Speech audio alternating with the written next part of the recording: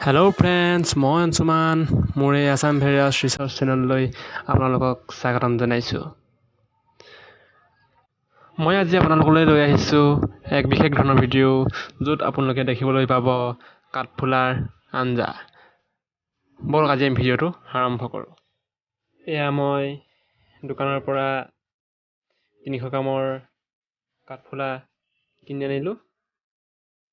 আনি ইয়াত সৰু সৰু পিচকৈ কাটি ইয়াত পানীত দিছোঁ। পানীত দি নিমখ দি এইটো অলপ মিক্স কৰিছোঁ। নিমখ দি দিছোঁ। নিমখ দি ইয়াৰ তলতে মই জুই দিম। জুই দি বস্তুটো বনাম। ভালকৈ পানীত কাঠফুলাখিনি ডুবাই লৈছোঁ। ডুবাই লৈ এয়া উতলি হৈ গ'ল। হাই ফ্লেমত মই উতলাই দিলোঁ। উতলোৱা হোৱাৰ পিছত এইখিনি আপোনালোকে হাই ফ্লেমত উতলাই ল'ব, বইল কৰি ল'ব। বইল কৰাৰ পাছত আপোনালোকে অলপ ঠাণ্ডা হ'বলৈ দিব। ঠাণ্ডা হোৱাৰ পাছত আপোনালোকে এটা প্ৰথমতে কাঢ়ি ল'ব খৰাহীত। এয়া মই কাঢ়ি ল'লোঁ খৰাহীত কাঢ়ি লৈ অলপ এতিয়া ঠাণ্ডা হ'বলৈ দিব।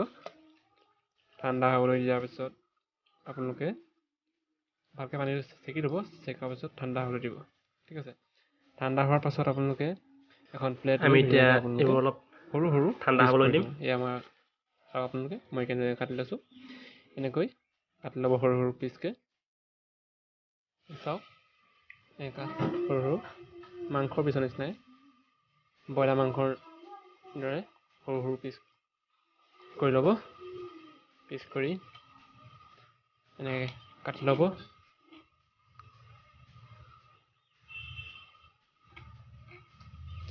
এয়া মই কাঠফুলাবোৰ কাটি লৈছোঁ নিজৰ জোখা অনুসাৰে কৰি।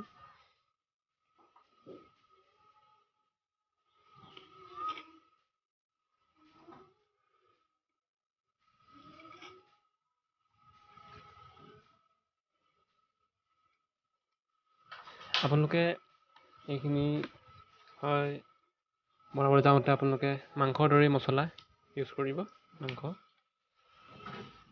মাংস আঞ্জাৰ দৰে যেনেকৈ বনায় তেনেকৈ আপোনালোকে মছলা ইউজ কৰিব, আনি ল'ব।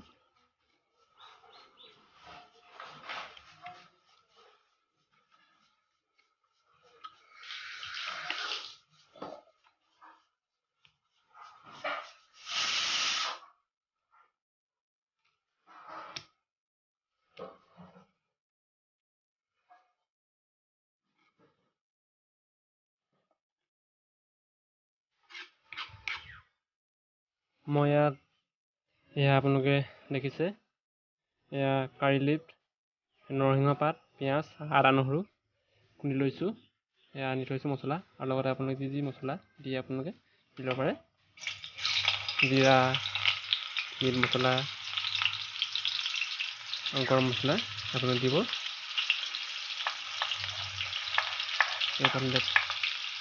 পিঁয়াজ দিলোঁ, কাৰী পাত দিছোঁ আৰু লগতে অলপ আদা নহৰু পেষ্ট দিছোঁ আৰু অলপ জিৰা গুটি দিছোঁ।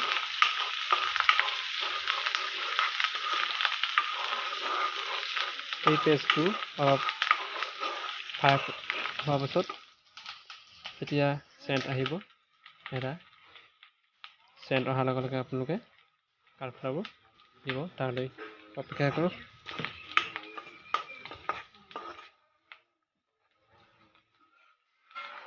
এয়া চাওক, মই এনেকৈ কাটি লৈছোঁ পিচবোৰ।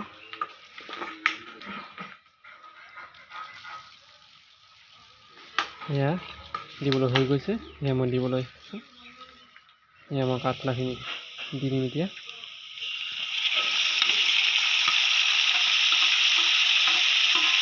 এয়া কাঠফুলাখিনি দিলোঁ। দি ভালকৈ নিমখ হালধি আপোনাৰ টেষ্ট অনুযায়ী নিমখ দিব।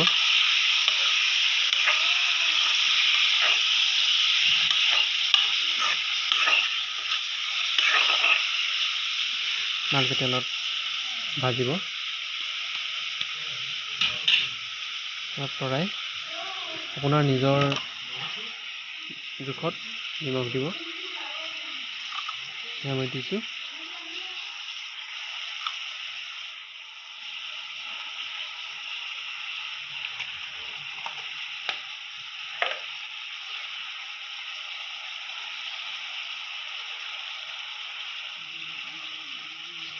হালধি দিলোঁ।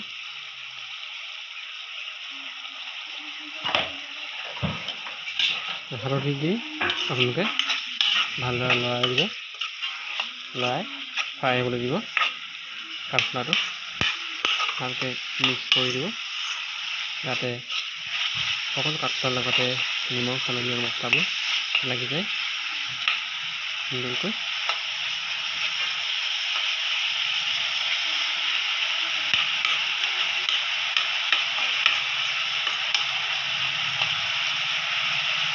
এনেকৈ আপুনি আধা ঘণ্টামান ভাজি গাপ দিব। গাপ দি ভাজি আধা ঘণ্টা সময় এনেকৈ ভাজি আপোনালোকে পিছত মছলাবোৰ দি মেলি আধা ঘণ্টা ভাজিব। তাৰপিছত আপোনালোকে এয়া ফ্ৰাই হৈ যাব। আপোনালোকে গম পাই যাব জোখৰ আচলতে ফ্ৰাই হৈ যাব। যেতিয়া হৈ যাব ধনিয়া দিব। দি লাষ্টত আপোনালোকে নমাই দিব আৰু আপোনালোকে টেষ্ট কৰি চাব পাৰিব। Thank you. ভিডিঅ'টো চোৱাৰ বাবে আপোনালোকক বহুত বহুত ধন্যবাদ। যদি ভিডিঅ'টো চাই আপোনালোকৰ ভাল লাগিল প্লিজ চেনেলটো ছাবস্ক্ৰাইব কৰি ল'ব, লাইক এণ্ড কমেণ্ট কৰিবলৈ নাপাহৰিব। ধন্যবাদ।